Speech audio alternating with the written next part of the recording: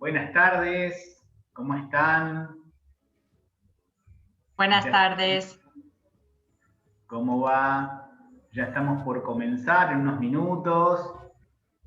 Está por aquí Bob listo. También está la presidenta de Ficop, Sandra, por allí.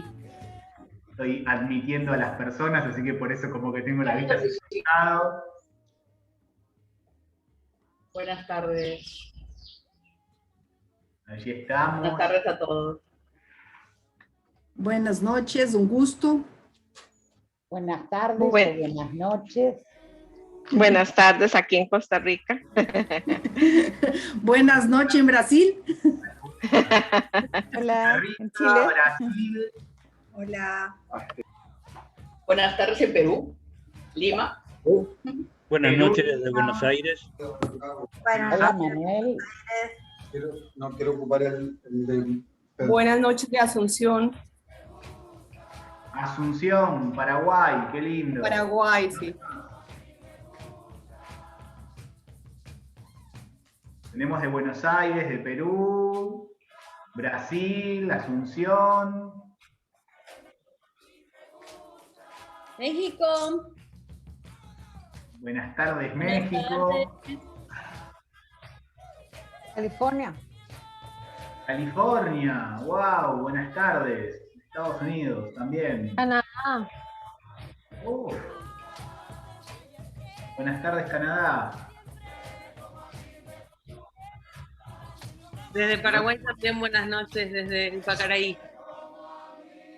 Oh, buenas noches. Allí Laura y otra persona más. Hola, Lauri. Hola, hola, Moni. Laura y Pablo estamos acá, colegas y esposos. Buenas noches. Colegas y esposos. Sí. Sí. Qué combinación, ¿eh? Sí. Qué combinación. Mientras se van entrando, les cuento que en la parte inferior, si están con la computadora o si no, si están con un teléfono o una tablet, en los 3 puntos van a encontrar un icono que dice internacional. Allí van a poder elegir el idioma en el que quieren escuchar la charla. ¿Está español o inglés? En tal caso, siempre a Bob va a estar mediándolo quienes elijan en español. Bea, que va a ser nuestra traductora. Ahí saluda. Y quienes elijan en inglés escucharán, bueno, todo en inglés.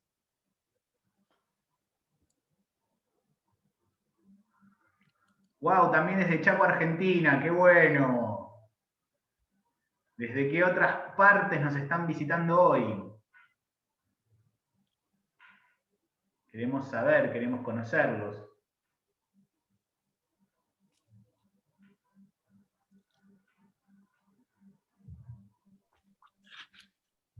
A ver. Yo me estoy Hola, quedando... hola, buenas noches, Alejandro, ¿cómo estás? Bueno, de Buenos Aires, Argentina. Buenos Aires, Argentina, también. Qué bueno. Hola, desde Salta, Argentina. Salta, Argentina también. Muy ricas empanadas las de Salta. Si algún día vienen a Argentina y pasan por Salta, tienen que comer empanadas de Salta. Son muy ricas. Hola, soy Regina de Brasil, de São Paulo, Brasil. Un gusto. Hola, Brasil, San Pablo, qué lindo. También aquí por el chat están desde Canadá, Paraguay, Asunción del Paraguay, Hilda. Estoy siguiendo con el chat. Yo soy Rocío de Costa Rica, mucho gusto. Costa Rica, hola Rocío. Hola. Ya, no sé quién dijo hola, ahí. Ya estamos como en condiciones de empezar, somos Hola, buenas tardes. Yo soy Sandra Fonnegra de Colombia. Hola, Sandra. Hola, Colombia. Qué gusto estar acá. Qué bueno recibirte, Sandra. Aquí estamos. Gracias. Varios colombianos también. Bien, les contaba entonces para los que se están los que están entrando ahora, que existe la opción en la parte inferior, si están con su computadora, dice internacional, allí hay un icono que dice internacional, allí pulsando van a encontrar dos opciones, inglés y español. Si eligen inglés, escucharán la conversación en inglés completamente, y si eligen español, lo escucharán en español.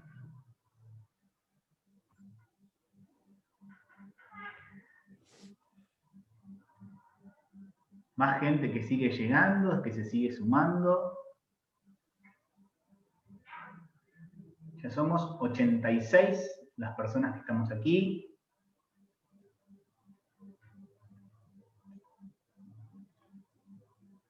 Y siguen sumándose más personas. Vamos a iniciar ya este encuentro. Es el primer webinar de Ficop de 2021. Es una gran alegría para quienes formamos parte de la Ficop volver a encontrarnos en este año. Quisiera presentar en principio a Sandra Rosso, que es nuestra presidenta de Ficop, quien nos va a comentar y nos va a dar algunas palabras. Muy buenas tardes, noches o hasta mañanas en diferentes países. Qué lindo tener esta hermosa comunidad de coaches aquí presentes, tanta diversidad y tanta multiculturalidad. Les doy la bienvenida en nombre de la Ficop y de todas nuestras asociaciones miembros. Hay algo hermoso cuando vemos este tema de liderazgo generativo, que a mí personalmente me resulta muy inspirador porque es un estilo de liderazgo muy humano. Y hay algo más sorprendente para nosotros como Ficop, que lideramos el coaching ontológico, el darnos cuenta de que Bob se inspiró en la ontología sobre muchos aspectos del liderazgo generativo, precisamente en los actos del habla, en actos de la escucha, como él los llama, en los 3 dominios del ser, cuerpo, emoción y lenguaje, también trabaja sobre ellos, y sobre el concepto del observador que somos en este mundo y lo que nos importa cuidar. Eso y muchas cosas muy interesantes vamos a ver en este webinar, así que quiero agradecerle profundamente a Bob el estar con nosotros, con nuestra comunidad de la Ficop. Muchísimas gracias. Y asimismo a cada uno de ustedes por estar presente. Disfruten este webinar. Bien, gracias, Sandra. Para organizarnos, les cuento cómo vamos a estar trabajando hoy.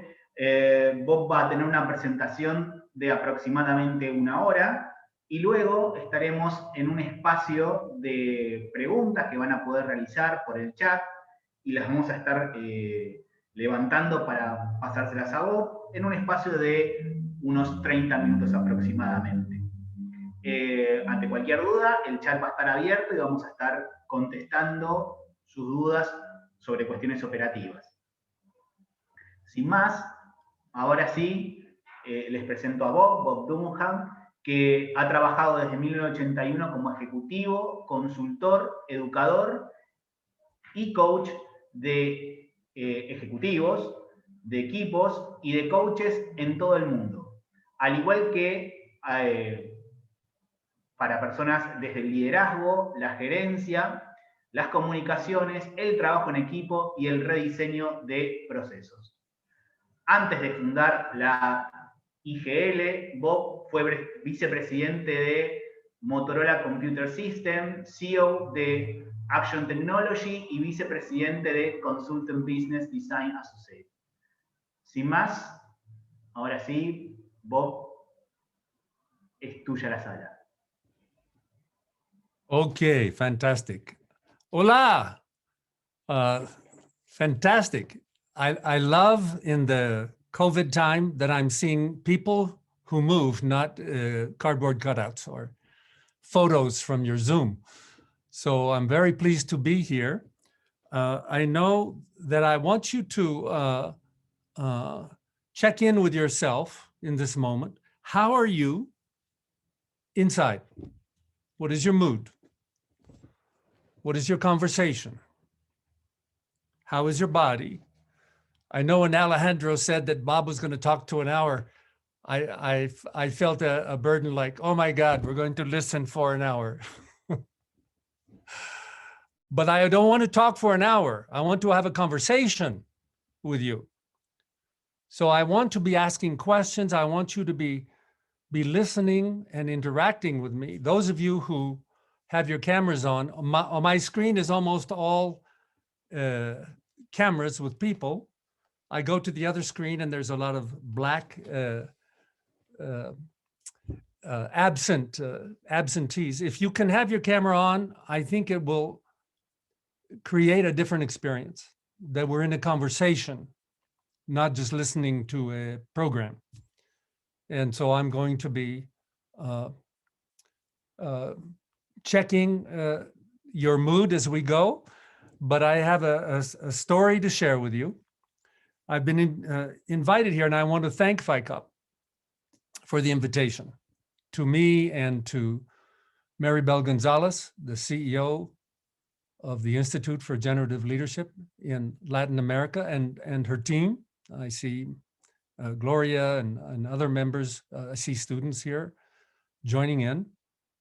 And we are really privileged to be extending our offer into the world of Latin America as part of extending what we call generative coaching globally. Maribel is one of our affiliates. We also have affiliates in India, Asia, the United States, and the United Kingdom. And we're just getting started. And why is that? Because it's not about the company. It's about what the world needs. It's about what the world is calling for. The world needs new leadership. We see in so many dimensions and in so many domains, our world is struggling and in breakdown. And I know many of you do work in organizations, and we see those kinds of issues in a smaller scale inside of organizations. So many people that I work with as coaches who come to learn about coaching in organizations, I ask them their history and they say, yeah, I worked in corporations. I never want to go back. And that is the problem.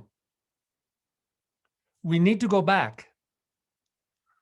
You see, we live in a historical era where our organizations and the way we think about organizations, in fact, the way we think about work is in the metaphor of the machine. Everything is about process and numbers and efficiency and da. And there's nothing wrong with process. There's nothing wrong with machines, except when we make human beings into machines.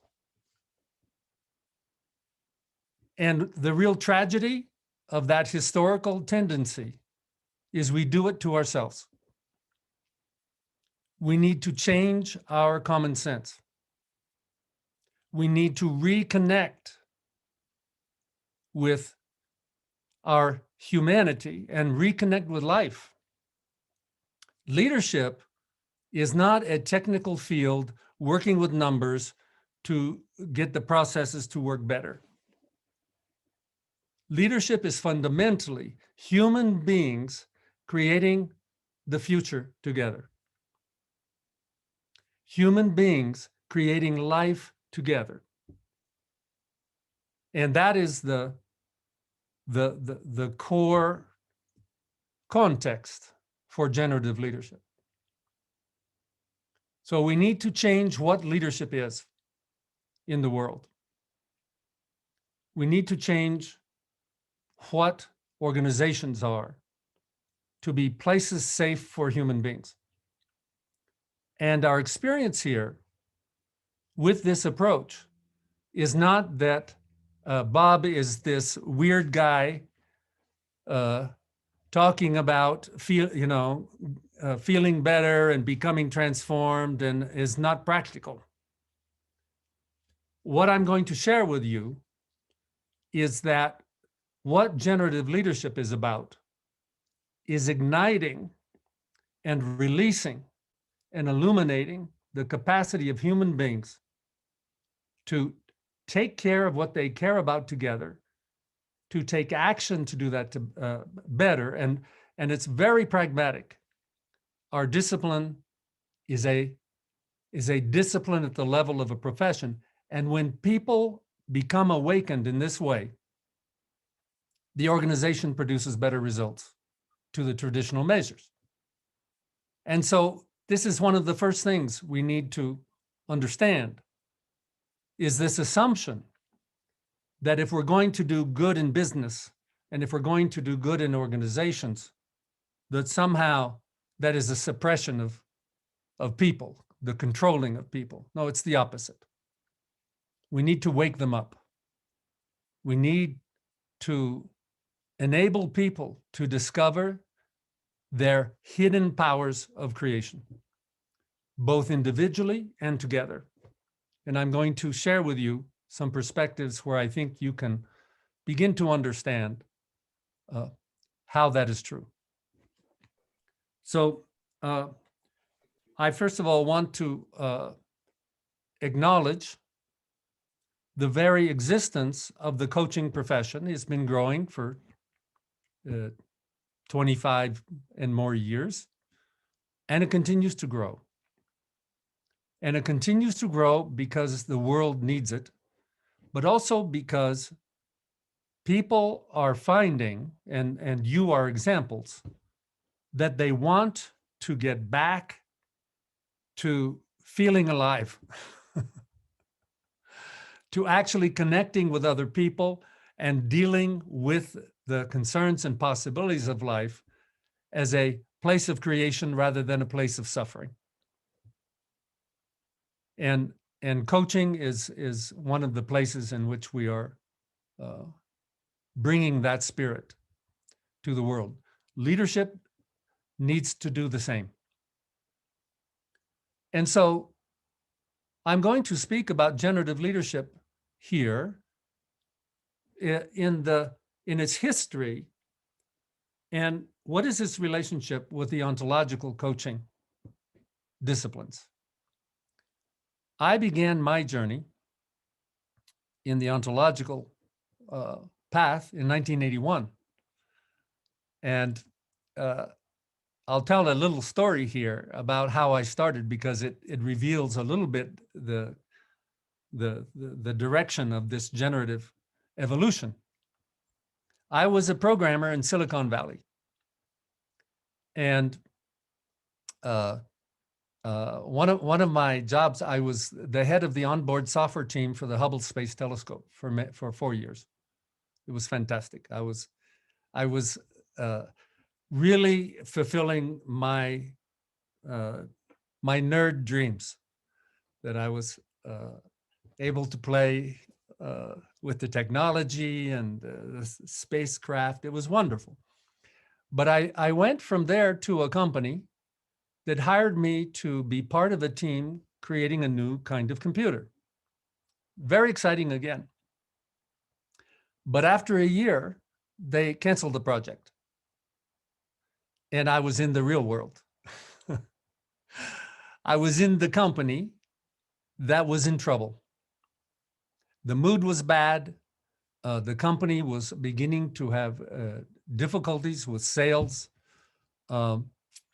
It had a successful first product. In Silicon Valley, you do a wonderful piece of technology. That's nice.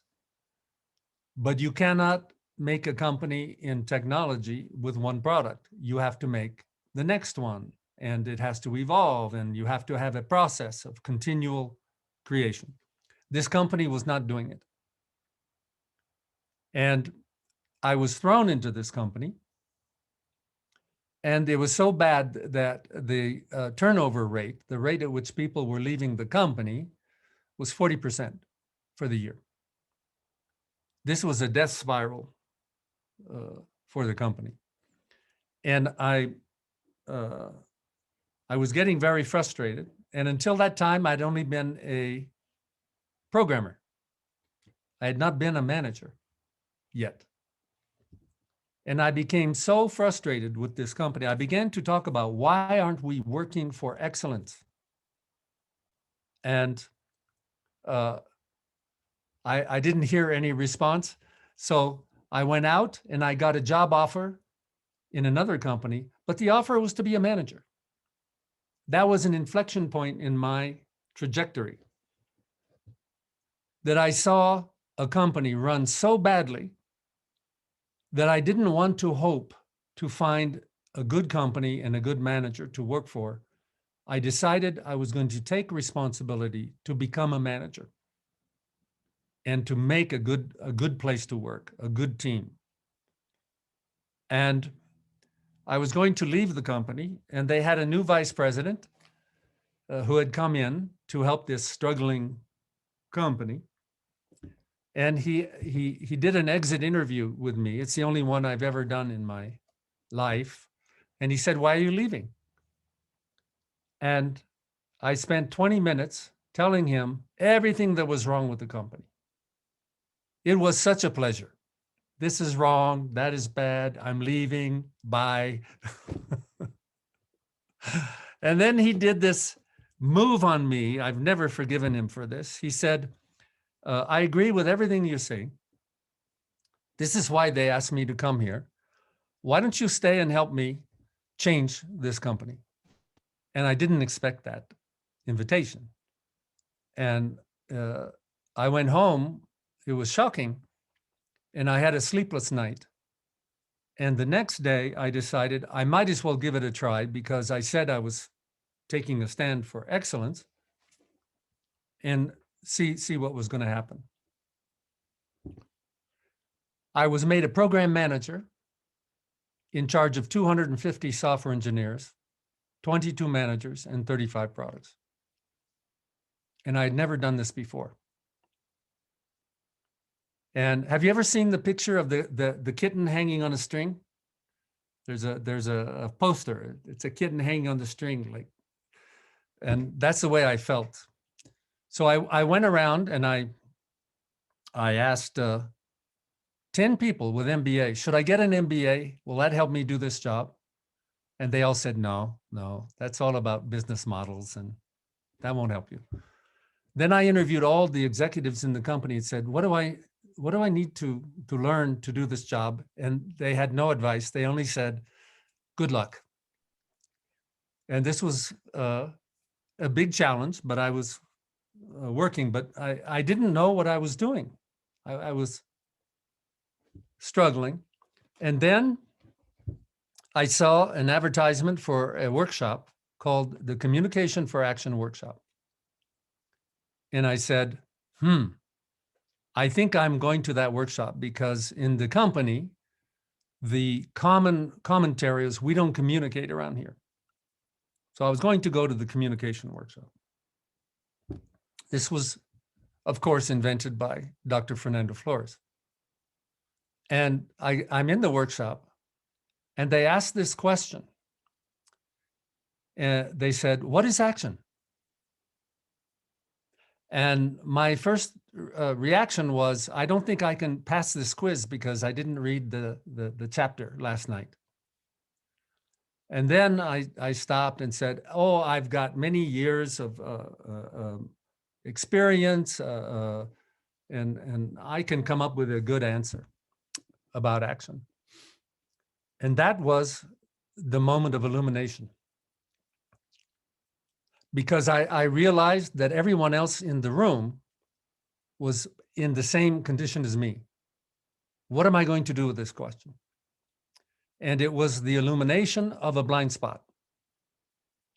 And at that moment, I understood why my company was in trouble.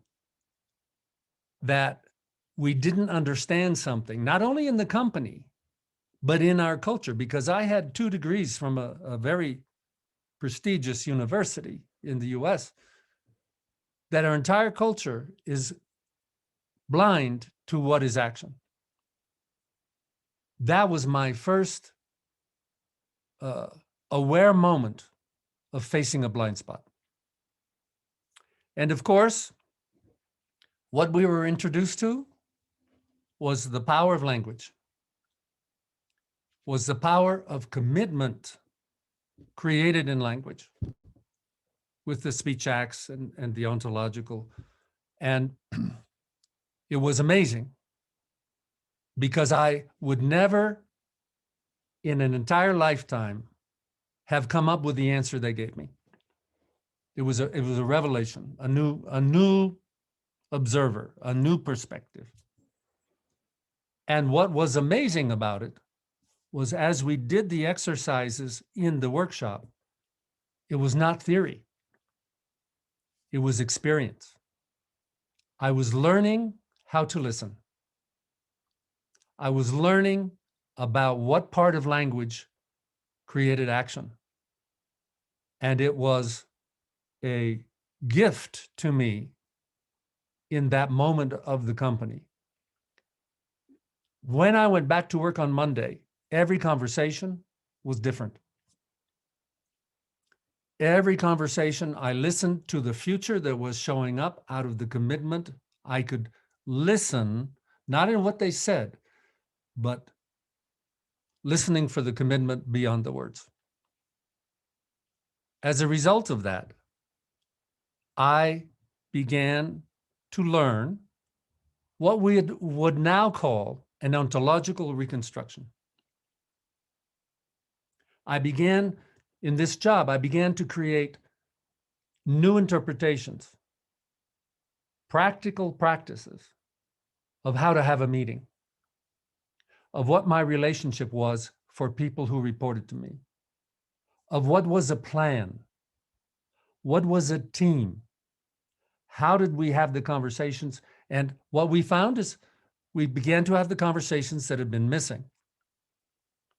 And one of the breakthroughs in this story was that the company had a culture in which everyone said yes to everything and then had an excuse when it did not happen because they were overcommitted. And so what I brought was a commitment to honesty.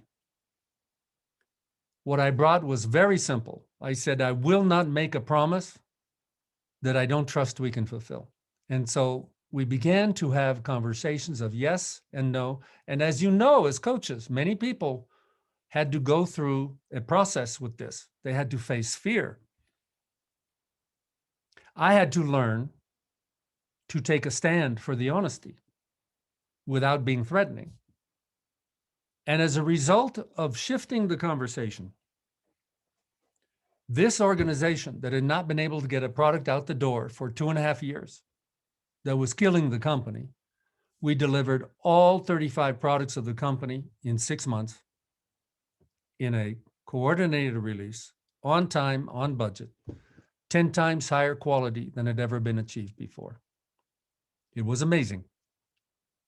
I went from being blind, not knowing what to do, to simply following the power of committed conversation. As a side effect of that, I invented new conversational structures for what is a team, what is a plan, what is a meeting, how do we manage moods, how do we manage breakdowns, how do we manage capacity, because the issue was overcommitment.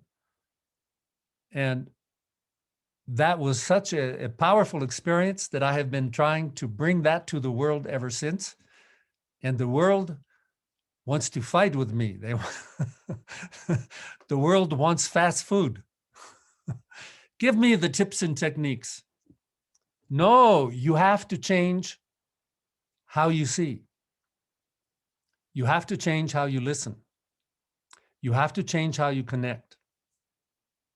You have to change your relationship with fear. You need to learn to hold the center of a shared commitment together. And if you can do that, then you will find leadership, you will find teamwork, you will find what is the actual role.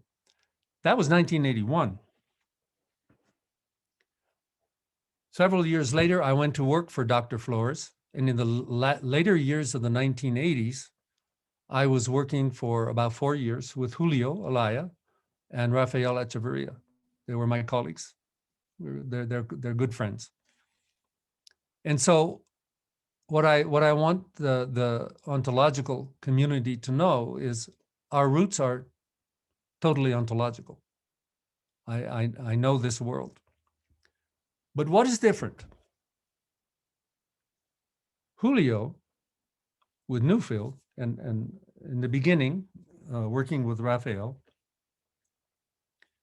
produced an incredible breakthrough of a new epistemology of emotions. And with that new epistemology of emotions, it was a revelation of how we live our lives in stories and how our stories open and close our possibilities, our experiences, and our flow in life. And everyone in the IGL team is a Newfield graduate. I think that's true, right, Maribel? Yeah, so we have that background. And when I do my programs of generative leadership that are now being offered globally, it's currently a 3-year program. And we begin with a 3-day workshop where we introduce the ontological basics, conversation, speech acts, moods, and body. But it's different in the context because in the way that Julio went to the epistemological reconstruction with emotions, I did the reconstruction of action. We made action into commitment, shaped by conversation, and developed practices that are fundamental to the functioning of any team, any organization, any business, and any group. In fact, including your family. Because what generative leadership is about is creating shared commitment for the future, creating the future together and making it happen. And we bring the human being back to the center. So with that, I want to share with you, I have a PowerPoint that as a first intro, and then make some extra points, and then we can begin to have a chat. So everybody take a deep breath. It's good to take a deep breath. Make sure we're alive. And check in with how you're doing. You know, if you have questions, get ready to ask them, because I'm going to give you a little tour here of, from an ontological starting point, how do we enter the world of action, the world of organizations as coaches? And I would say that the ontological foundations take us deep into our humanity. We call that the me space. To learn what kind of creature I am. What kind of being is a human being? So I can inhabit that world with dignity and satisfaction. And we go there as well. But the only way that you produce results in the world, which is what teams are about. Do you know why teams exist? The reason teams exist is in order to make and fulfill promises that you cannot do alone. That is another dimension of our humanity. We can come together and do extraordinary things, but only with the right conversations. And so we want to learn, what are these conversations that make us extraordinary?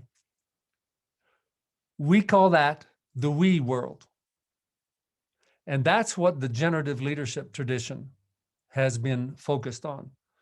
We still include me, we include emotions, we include all of that, but what we add to it is the we world of action, the coordination of creating shared futures and making them happen that then produce results in the world. So let me share my PowerPoint here and see if, yes, okay. Hang on a second.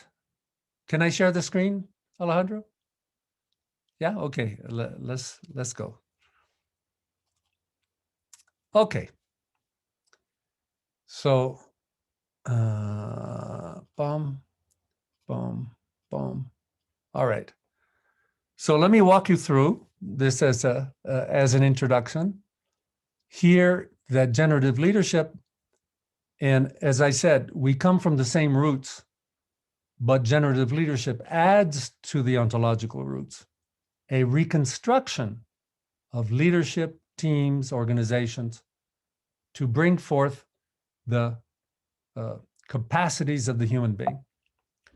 So with that, we want you to know that we consider leadership and coaching leadership to be professions. We believe that I have been in this journey for 4 decades, and we believe that we have matured the practices and the promises to be able to make promises as coaches for shifting the results of leaders, teams, and organizations at the level of a profession. And what we face when we go out to the world of organizations is that we find leadership is still a blind spot. There's lots of books written about leadership, but if I ask the question, what is leadership? We really don't have good answers. And that has been our focus over the last decades. And so if we're blind about leadership, we need new eyes. How are we going to see the world of leadership? If you are interested to become a chef, and when you are a beginner, you need to learn to have the eyes of the chef. And leadership is a performance art. It is not a domain of concepts that you understand. It's a performance. And so we need the observer, which is part of the ontological tradition. And we know that when the observer can see the world with new eyes, there are new choices for new actions that produce new results. But we are adding to this acronym that we also need to know that it is not enough to have the new observer, because you can show people new actions that their body cannot do. A very simple one I learned at the very beginning is I had to teach my team to say no when it was appropriate. And they were afraid to say no. They didn't have the body to say no. And so I needed to coach them through the conversation. And so, yes, we produce a new observer, but we are very, very focused on producing the embodiment of the new actor in generative leadership. And so, what is leadership? How do we see the world and not have it just be theory and conversation, but something we're actually seeing? What do we see? We see that people interact with people that because of those interactions, actions are taken that generate results. Simple. But if we want to produce new results, we need to have new interactions to produce new actions and new results. This is what generative leadership is looking at. What are these new interactions of the leader, of the team, of the professional? And we have learned that we have to ask certain questions. That our culture, our Western culture, is a very active culture. It's a very production-oriented culture. And when people come to our workshops, they say, well, how do I do this? How do I do leadership? How do I do a plan? How is the wrong question to start with? We learned, and this comes from our ontological tradition, the question you need to start with is what? If you don't know what you're dealing with, your answer to how is suspect. You may be dealing with the wrong entities. So we ask the question, what is leadership? And we ask the question, what is action? And we even ask the question, what is the human being? With business audiences, when I introduce this, I know the first reaction that I'm going to get to what is a human being is that Bob has gone woo-woo. He's going philosophical. I'll wait for this part to be over until we get to the pragmatic stuff. But this question, what is a human being, is our most important question. And the reason is you are living an answer to this question. You may not have thought about the question, but you are living an answer. And you go to companies, and what do you see? Human resources departments. Not people departments, human resources departments. And this is part of our mechanizing logic. So if we're going to ask these questions, we want a particular kind of answer. We want a generative answer, which means that we want actions that we can take, not simply concepts. That these have to be actions that I can see, that I can do, that I can learn and improve at, that produces the results I want. This is our formal criteria for a generative interpretation. You can see it, you can do it, you can learn it. And so we look at the common sense about action in the world. Remember, this whole journey started with the question, for me, what is action? And what is the common sense about action? You take action and you produce results, right? And the problem in many organizations is when they don't get the results they want, they do more. They do more of what is not working. And so what have we learned in the ontological tradition? We have learned that action is shaped by commitment. And this introduces us to the world of the body. And in generative leadership, our somatics is what we call the body. Somatics means mind and body together. And it's the shape of your habit, the shape of your behavior. And so commitment is not just in the language, it's in your body. The language is only the reflection of the body. And as we've learned with speech acts, which we call speech and listening acts, those commitments are created in conversations. Those conversations can be explicit. Those conversations may have happened decades ago. Those conversations may be part of the context and unspoken, but you can access the commitments through conversation. Now, What we have learned in the generative journey is when you apply this observer, when you apply this point of view, we see that all results come from prior conversation, all of them. The good ones, the bad ones, the so-so ones. And those results come from the conversations we have, the conversations we do not have, the conversations we do well, and the conversations we do poorly.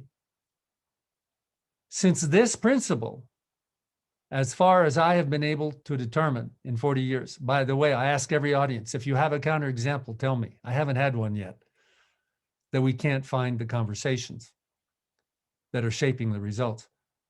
Then this is the foundation of leadership. This is the foundation of management. This is the foundation of teamwork, of professionalism, and the coordination of families, communities, and relationships. But we found another element here.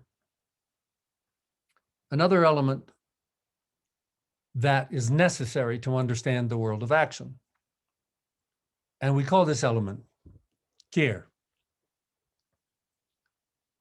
And this notion of care is one that when we recognize what the word means, it's part of our deepest experience as a human being. You see, we care about our life. We care about our future. We care about our identity. And because our society has taught many of us that we have to do what other people expect, many of us have learned to be disconnected from our care. And because it's a conversation about an internal state, it is often ignored or avoided because we only talk about action and results in the external world. And yet, this diagram is showing us something very important. All our results come from care and commitment inside. Everything that happens in the external world of human beings is generated by internal states. And this is a blindness in our culture. And so, what does care reveal to us? Before I explain that, let me say a little bit more about care. Some people use the word care like worries. These are my cares. I'm not talking about worries. Some people talk about care as responsibilities, what I need to take care of. I'm not talking about obligation. I'm talking about an emotional foundation. Care is the ground of all emotions. You see, care is the orientation we have as human beings to life and the future. You have futures you want and futures you don't want. And there is a fundamental physical, emotional response that we call care. I want this future, I don't want this future. And if you look at emotions, which is such a powerful part of ontological coaching, if you feel sad, it's because you lost something, but you lost something you care about. If you didn't care about it, you would not be sad. When you're angry, you are in the mood to protect something, but if you didn't care about it, you wouldn't be angry. And so this fundamental place is what creates the space of our experience. And as I showed you in the last diagram, care is part of every conversation. It is part of every action. It is part of the context of our life. And one of the tragedies of life is we can be disconnected from it. And in fact, where we find most of our coachees and clients, they don't know what they care about because they have been told to be a good machine for doing the job and producing results. But care is the foundation of value. If you have an outcome that's very valuable and you don't care about it, it's not valuable. Care is the foundation of satisfaction. If there's an outcome that's supposed to be very satisfying and you don't care about it, you don't experience any satisfaction.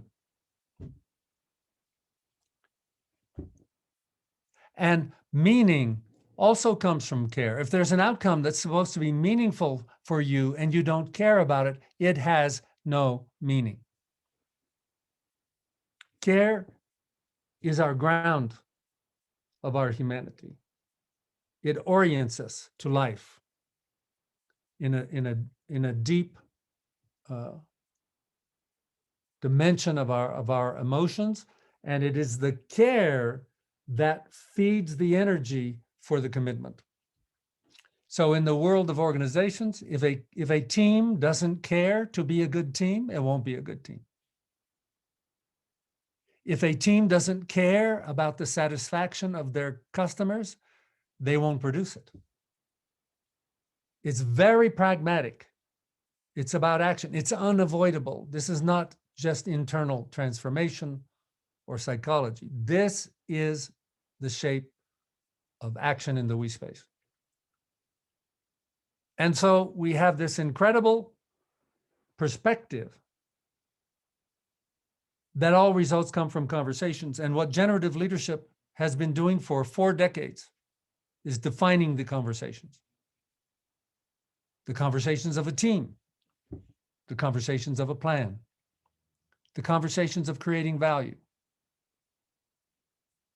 And what we see is the results are only as valuable or satisfying as the foundation of care, which is a blind spot for most people. So this is part of our reconstruction. Now, a couple of more things I want to add. Take a deep breath. Hopefully, this is an amazing journey we're taking together. It's always amazing to me to see being human. And so when we talk about leadership, when we talk about the observer we are in life, we talk about results in the world. And in some organizations, you can say it's results, results, results, numbers, numbers, numbers, and they only talk about the external results.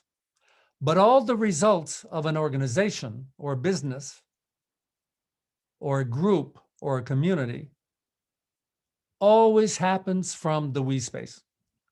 Always happens from the coordination of people, the interaction of people. Even if you're coaching a coachee, it's a we space. And the result that will happen in the world from what the coachee learns has to do with the conversations in the we space.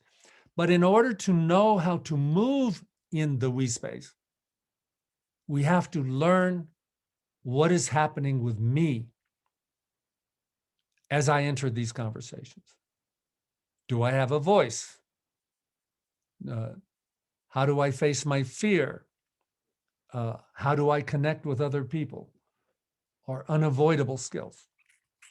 And so when we look at our organizational clients, we say, what are the results, good and bad, in the world?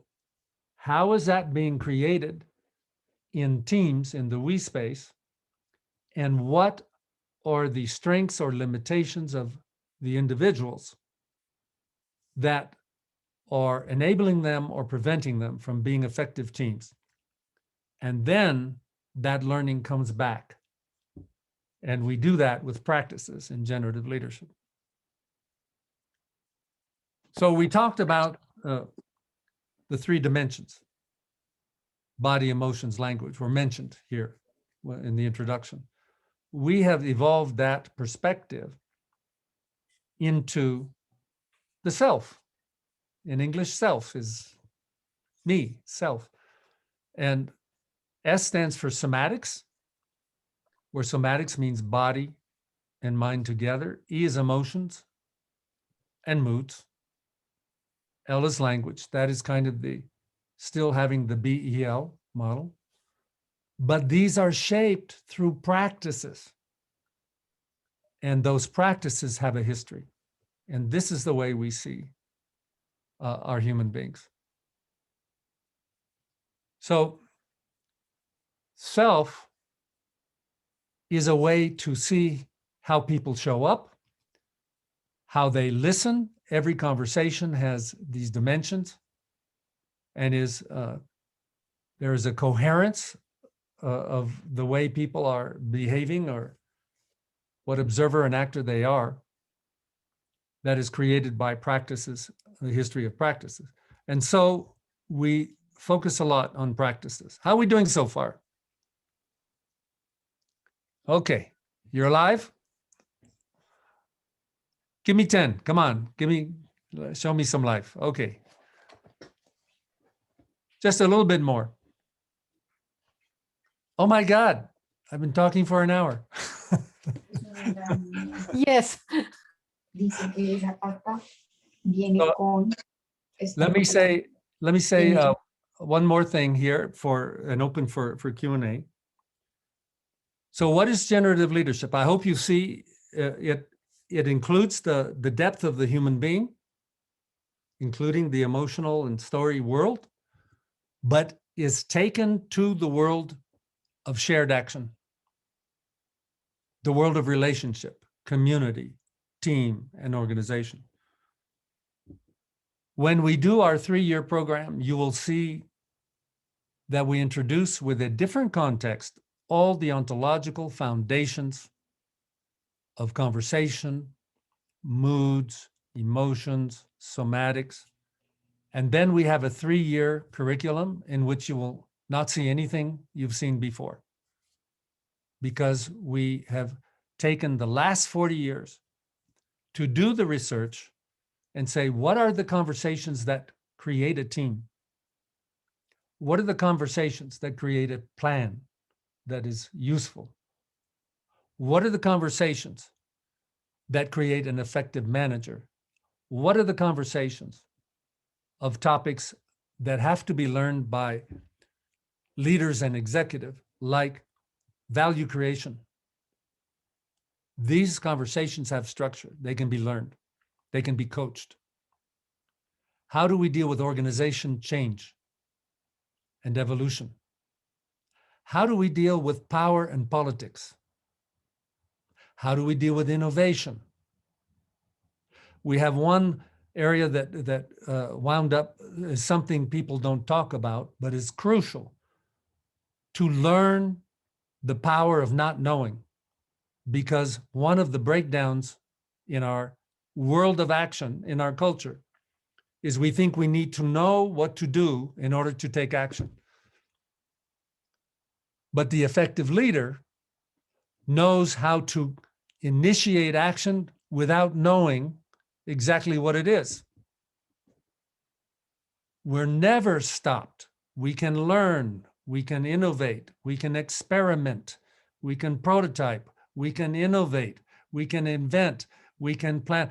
And there's so much power available where people get stuck, because your knowing comes from the past. The skill we want in the generative perspective is to create the future, including that we have our arms big enough, that we have a future that includes that what we don't know as possibilities, not as barriers, not as problems. So, yes, I could go more than an hour, so I'm going to stop. I think we should do a stretch. If you want to stand up, let's take a breath, let's stretch. We're going to have a chat together, see what your questions are.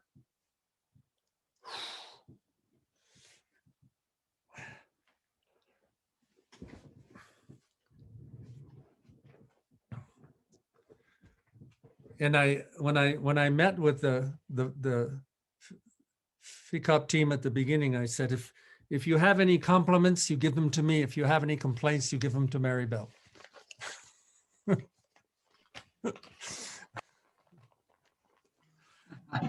But let's chat. Let's have a conversation. Like, what have I provoked for you with questions, possibilities? I would love to see how it landed for you, what has been provoked. And my invitation here, as we have this chat, that is not so much about the concepts as about the possibilities for you. What do you see how that this perspective could be a possibility for your clients, your learning? Who'd like to begin? Oh, I always get silence when I ask who'd like to begin. Who will begin? Let's get more committed here. Questions, comments? If you don't ask me questions, we'll put you into a breakout so you can share all your opinions with someone else in the group. Bob, hay preguntas por el chat. Pregunta Juan Pablo. Fantastic. Can you help me with that, Maribel? Sí. Pregunta Juan Pablo. ¿Qué no está funcionando del liderazgo hoy?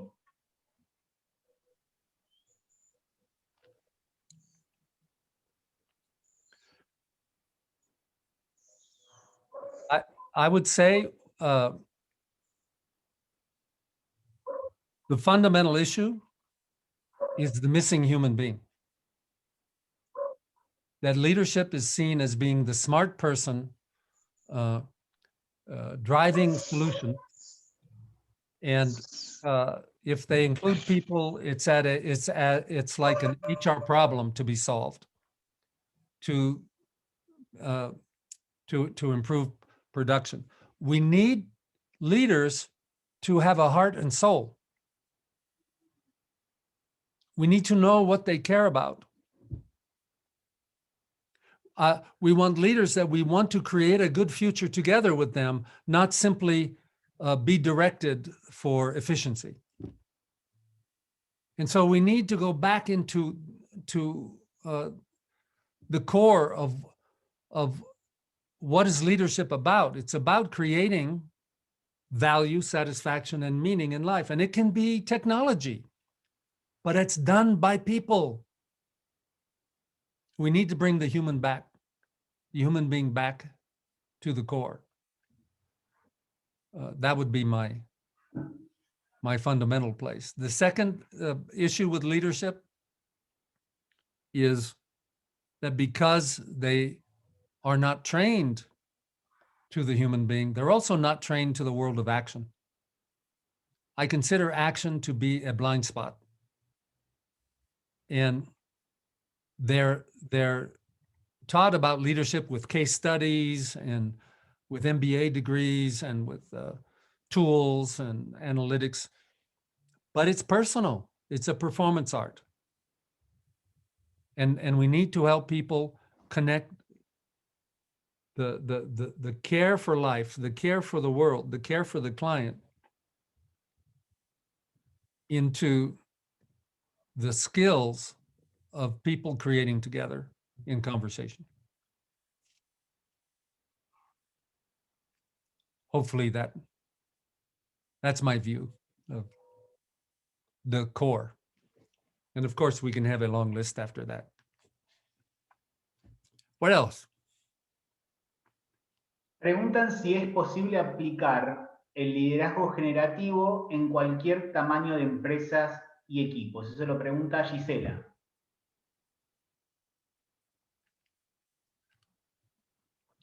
As long as you have human beings, you can apply it.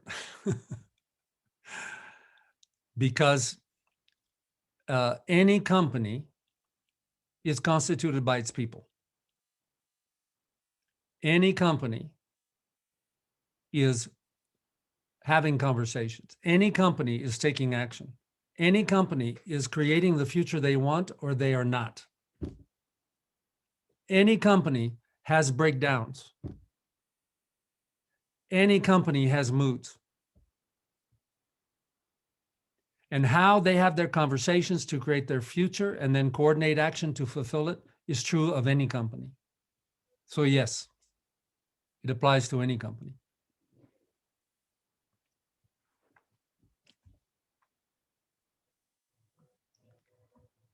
Hilda nos comparte que le encantó, dice, accionar aunque no sepas por dónde empezar.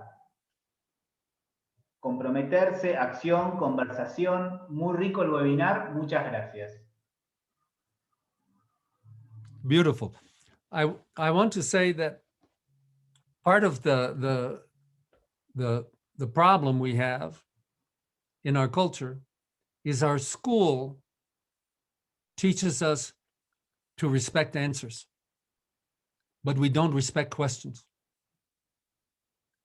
And where the future opens up is when you have a powerful question. You know you have powerful questions as coaches. To open up a new perspective, to have people awaken to where they're blind or where they're not paying attention. This is the essence of leadership and of creativity, is you value your questions, not just your answers. And the big questions are never going to be closed. What is value is never going to have a final answer. What is a leader will never have the final only answer. What you care about is a question that life asks you every day and invites you to the power you have to create your answer. So we need to reorient that what we don't know is an infinite universe of possibility, instead of trying to contract back that the only place I am safe is what I know, because then you are trapped in the past. And so we coach people that when they go from what they know to what they don't know, we call that the edge. And people need to learn to build a positive relationship with the edge, because the possibilities, the new possibilities, are over the edge. It's beyond what you know. It's beyond what is familiar. It's beyond what is comfortable. And so many people live a life where the edge is a place that they contract from, where they retreat from. We want going over the edge to be possibility and without fear. When the heart beats fast, we want it to be excitement, not fear. And so this is a skill.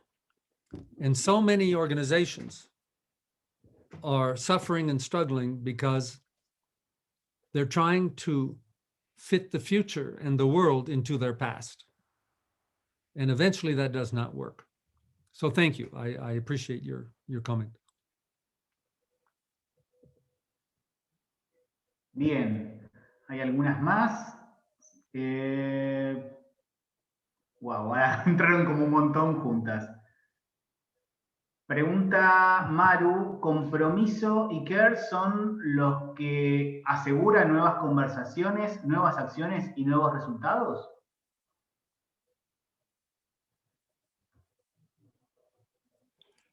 Conversations and care are part of every conversation already. The problem is that most people are not trained to pay attention to them.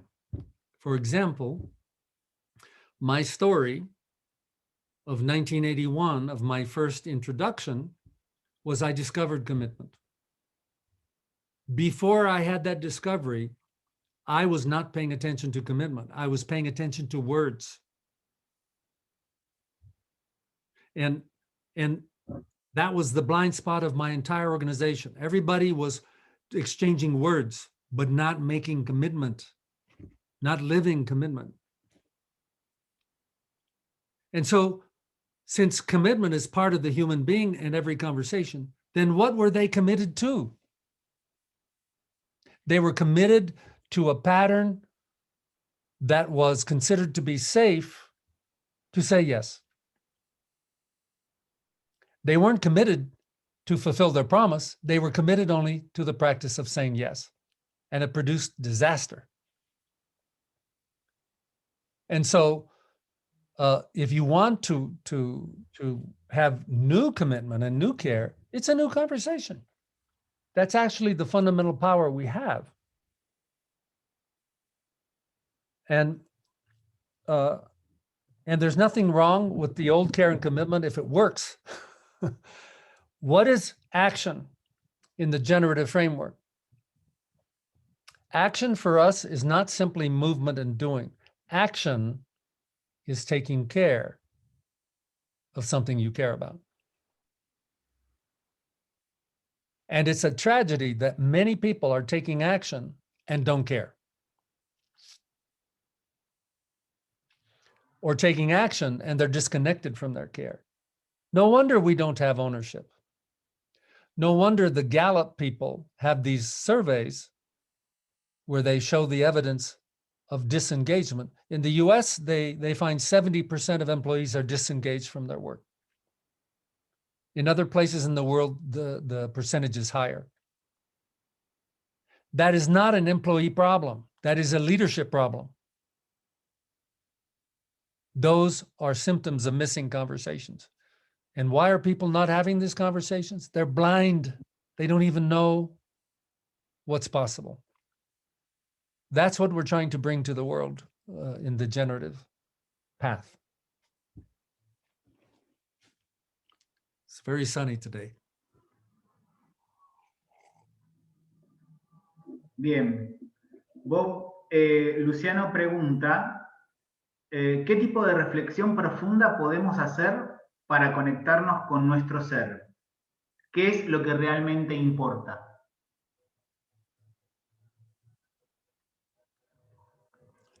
Beautiful. The question that we use to go in the direction of this question is the question, what do you care about? And in our culture, most people have not lived with this question. In fact, think about it. When I was a child and a teenager and a young man, nobody asked me what I cared about. They only told me what to do. I was not even taught that what I cared about mattered. I was taught that I had to fit myself into somebody's story. And in my case, my father's story. It took me many decades to declare independence from his story. And I love him, but he wanted me to live his story. You want to be in touch with your being? Explore the question, what do you care about? And the answer cannot come from your head. It has to come from your heart. It has to live in your body. This is not an intellectual question. This is connecting to the very foundation of your aliveness. And when we explored this question, our experience with students for the last, the Institute have been doing public programs for 23 years now. Almost everyone, when they begin with us, we start the first day with what do you care about? Most people don't know. The question has not been honored. And so then sometimes they try to come up with a cool answer. No, we don't want cool answers. We want your heart to speak. But because they have been taught to succeed by doing what other people want, they don't know how to listen to their heart. And so we find that people will very commonly take 6 months, 12 months, sometimes 2 years before they find their place with their own care, with their own being. And this is one of the ways that we access the depths of the human being in the world of action. Because remember, action is taking care of what you care about. That is the source of value, satisfaction, and meaning. And if you don't know what you care about, what have you got? Emptiness, suffering, pain, addiction to ways to tranquilize your. And so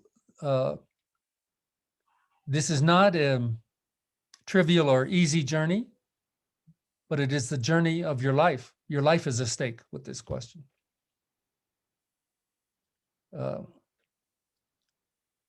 Value, satisfaction, and meaning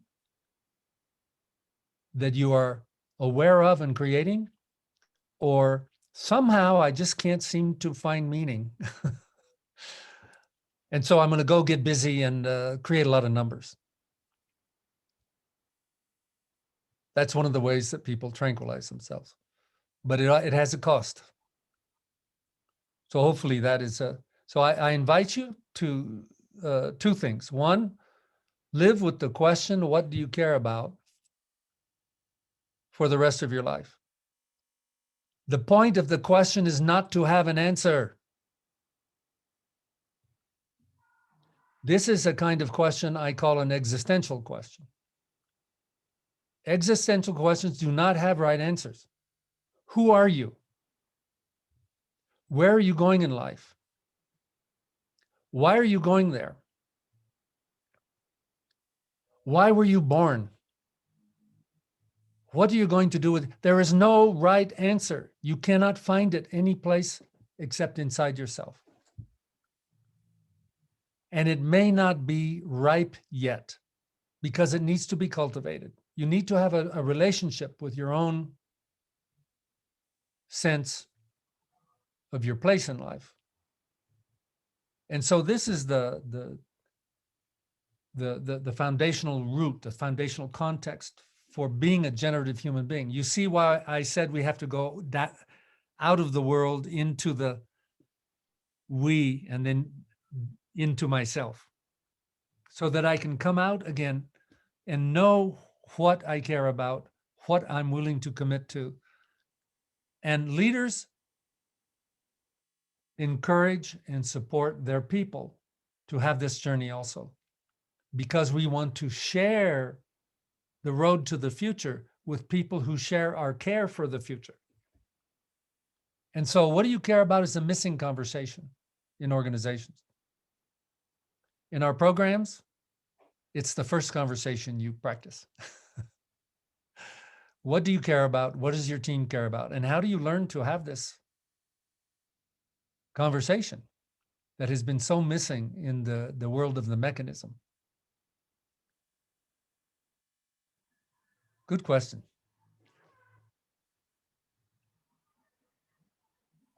Pregunta Sandra, ¿qué es más difícil de gestionar en el liderazgo?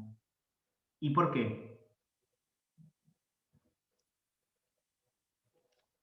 What is most difficult? ¿Y por qué?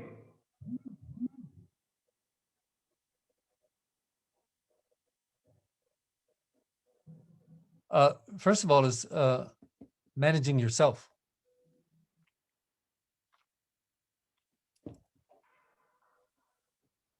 When you learn what a human being is, and that you have a body, and you have emotions, and you have stories, and you have reactions,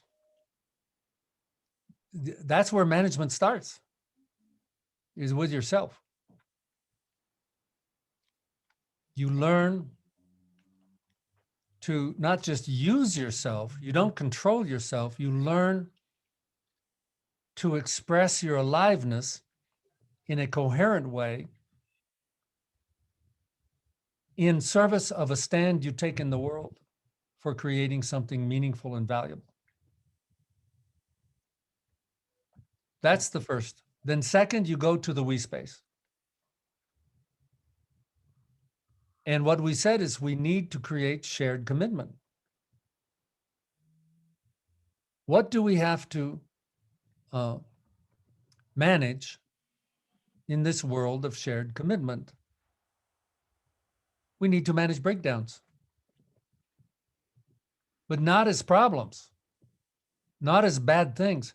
We're always going to have breakdowns. We need to get very, very good at managing breakdowns and learning from them. And in order to do that, we need to learn to manage our moods.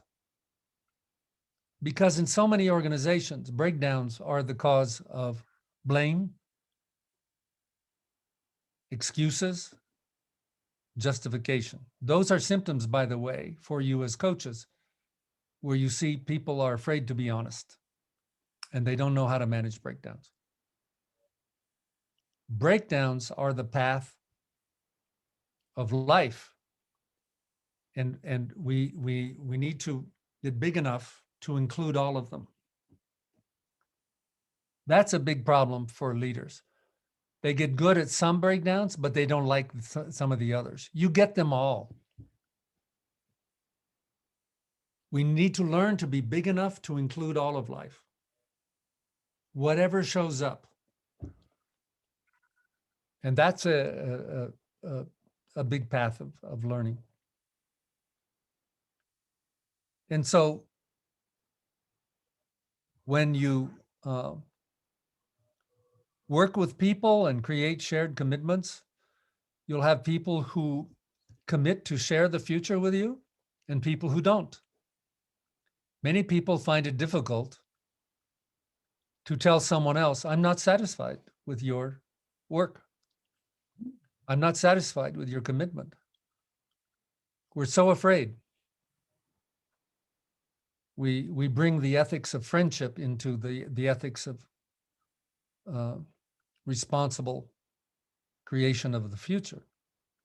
So there are many breakdowns. And I wouldn't say that the breakdowns, that there are harder or less hard breakdowns because they are different for every person. You need to find your edge.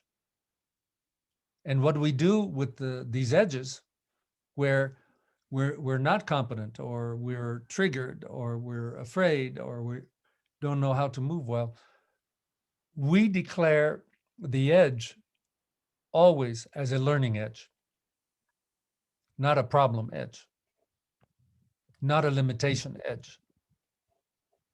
That's where we learn, and that's the way we grow. And I'll think of one more thing I think is fundamental in our culture, is huge for the leader and the teams they create. So many people have grown up in the culture that they think work is sacrifice. I'm sacrificing my time for a paycheck. I'm sacrificing my freedom for security. That's death. That's creating a prison. We need to have leadership, honor life and people's freedom in life, and invite their commitment. And remember, in the SELPH that I showed you, the last one is history. And so when we look at the history of our learning, the history of our habits, the history of our behaviors, one of our principles is that awareness creates choice. Many people mistake their history for the way they are. And we say, no, your history is not the way you are. It's simply your history. When you see that you have become what your history has made you, but then you see you have choice for who you're going to become going forward. You are not stuck in your old identity, in your old shape, in your old behavior. And so embracing this world that includes everything, all the good and bad of human beings, the light and the shadow, inside ourselves and inside others, and taking a stand to create a future from taking a stand for aliveness and value and meaning in the world is a big challenge. And we need to give up the old stories of I'm sacrificing, or I have no voice, or management is going to screw me, or I cannot stand up to it. We need to, it's a learning journey to break out of the old historical stories that keep us small. So I would return the question saying, what is the biggest leadership challenge for you? And declare that your itch.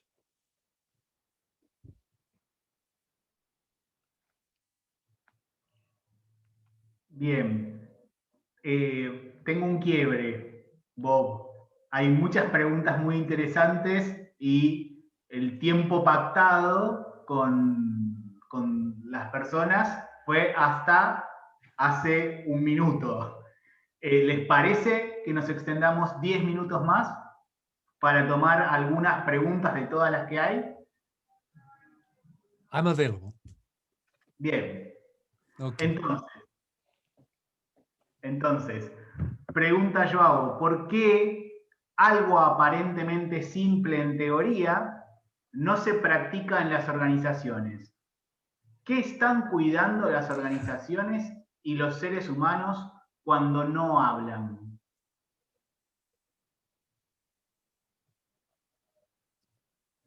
Well, I think your question is a demonstration of the power of history. Organizations are the way they are because of their history. They learned to be that way.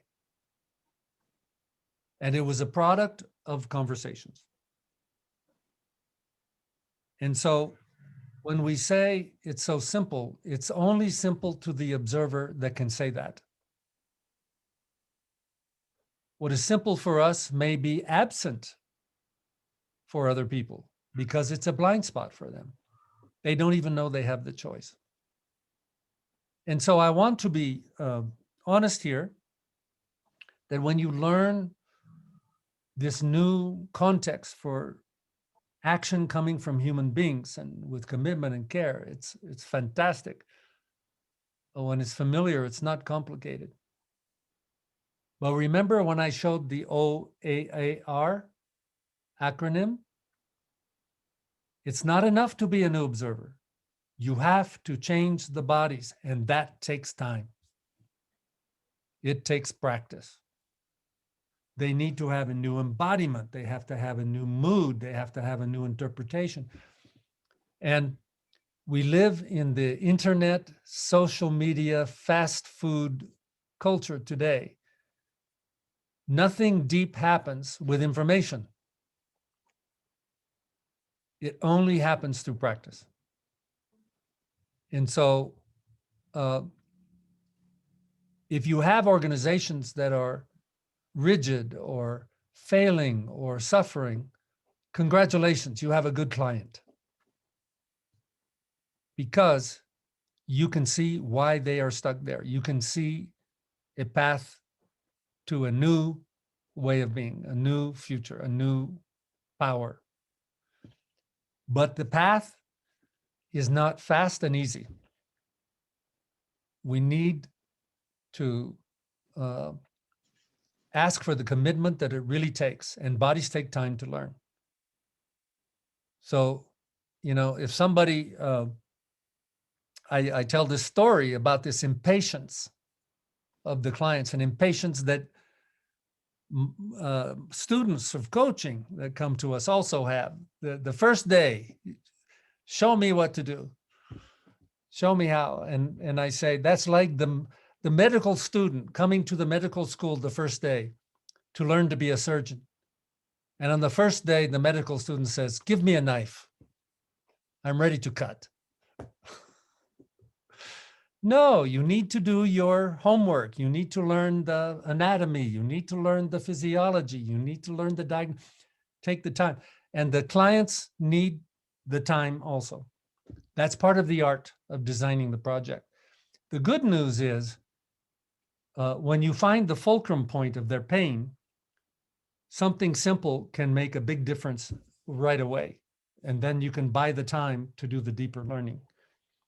But this is where we need to honor human beings can learn to become extraordinary, but not quickly.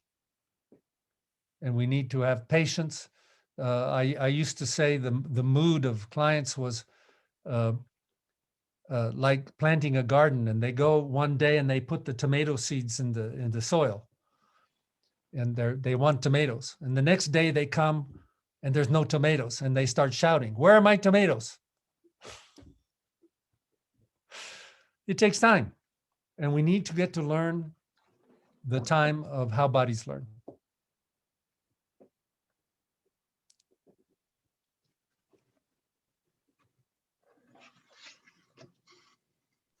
Bob, may I say something? Of course. Una de las cosas que fue más importante para mí cuando empecé a trabajar con el liderazgo generativo fue darme cuenta de esto, de lo que hablaba Bob, acerca de una cosa es que yo sea capaz de ver algo y otra cosa es que yo sea capaz de hacer algo, que yo pueda practicarlo. Y desde ahí para nosotros tiene un sentido enorme la diferencia entre el OAR, el observador, que ve acciones y que puede tener resultados, a el observador que tiene la capacidad de construir un actor que es capaz de generar unas prácticas o unas acciones que generan resultados. Por eso, cuando Bob nos habla de que la reconstrucción que él hizo fue la reconstrucción de las acciones para generar resultados en las organizaciones desde el fundamento ontológico.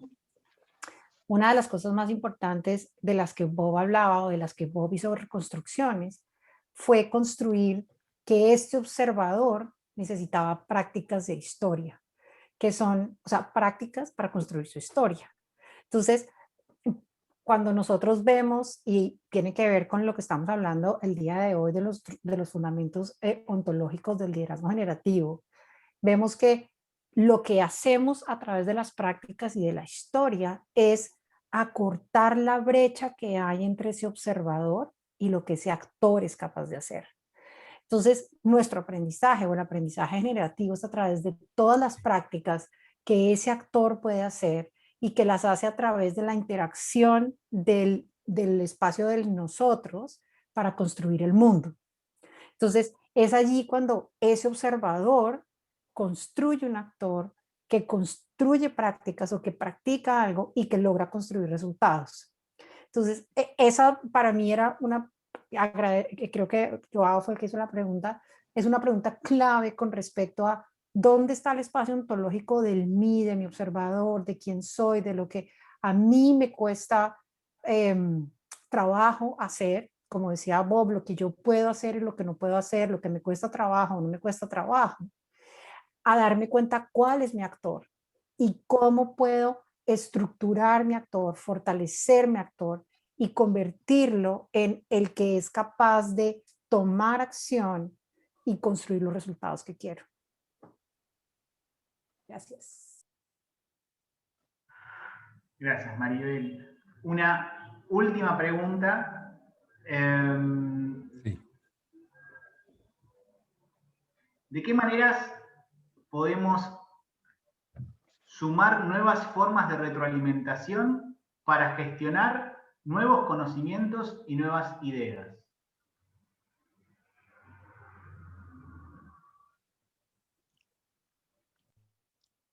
Manage feedback in the organization is what I understand. Yes?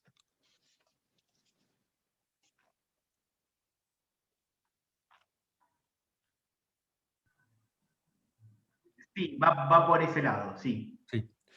Yeah, feedback is a word for listening.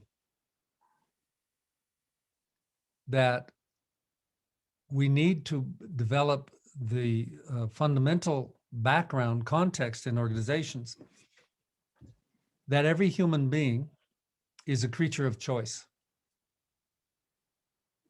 They're not just units of production to be directed.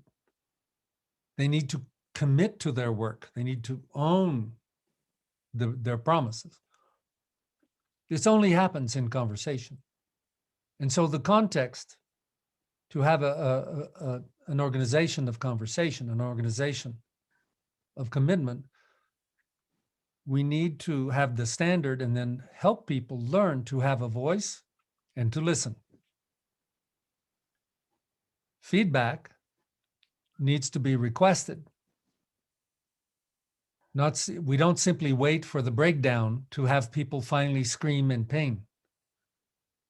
We need to ask for people's reaction. For example, I'm looking at all your faces saying, how is it going? Give me feedback. Because I don't know where to go if I don't hear from you. And so the way to develop the practices of feedback is to create the context for human beings caring about where each other are and to have conversations. And as we know, we can negotiate the agreements. And it doesn't mean in the negotiation you always get what you want. But the standard I learned was, if there's not an emergency, my commitment is you will be heard. I may not agree with you, but you will be heard. And then feedback simply becomes the normal way of operating.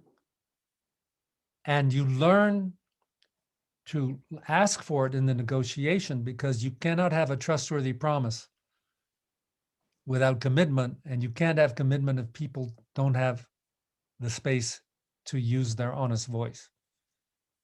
And so it shows that there's a fundamental standard for conversation in a healthy organization.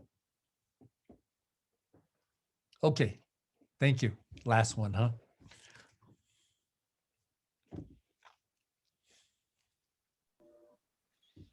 Ok,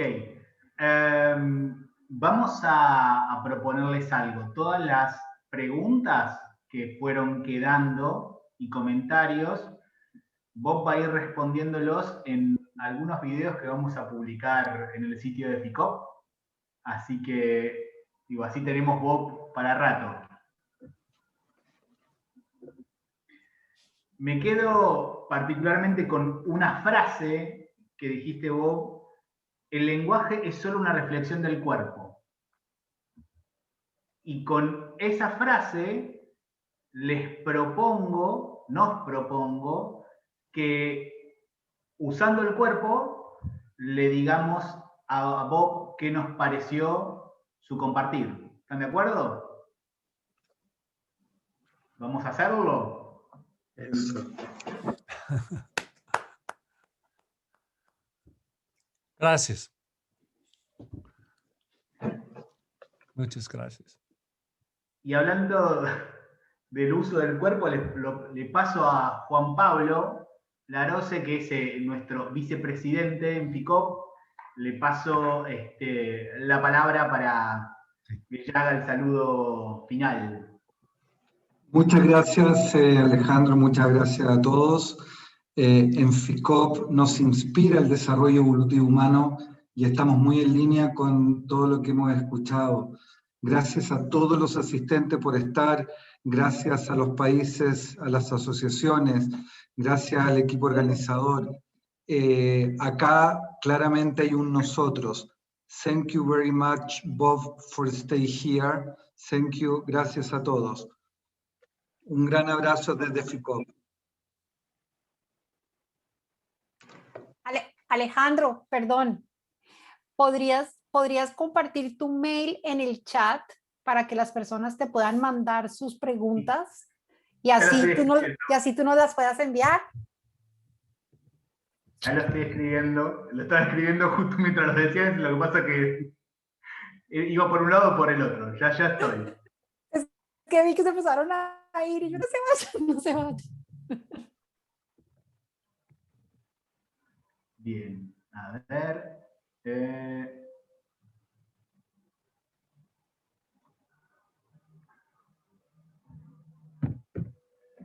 Aquí está. Este es el mail para que se comuniquen con la parte de comunicación de Ficop.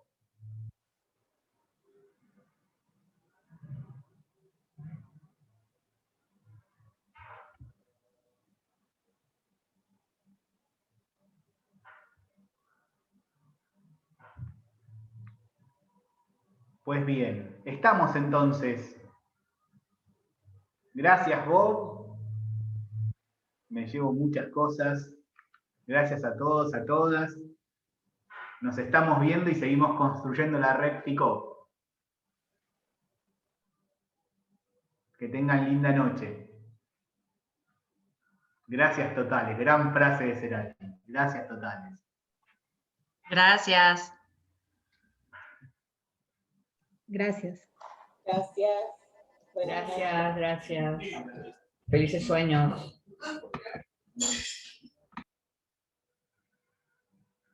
Mi hija que está con su niña, niña.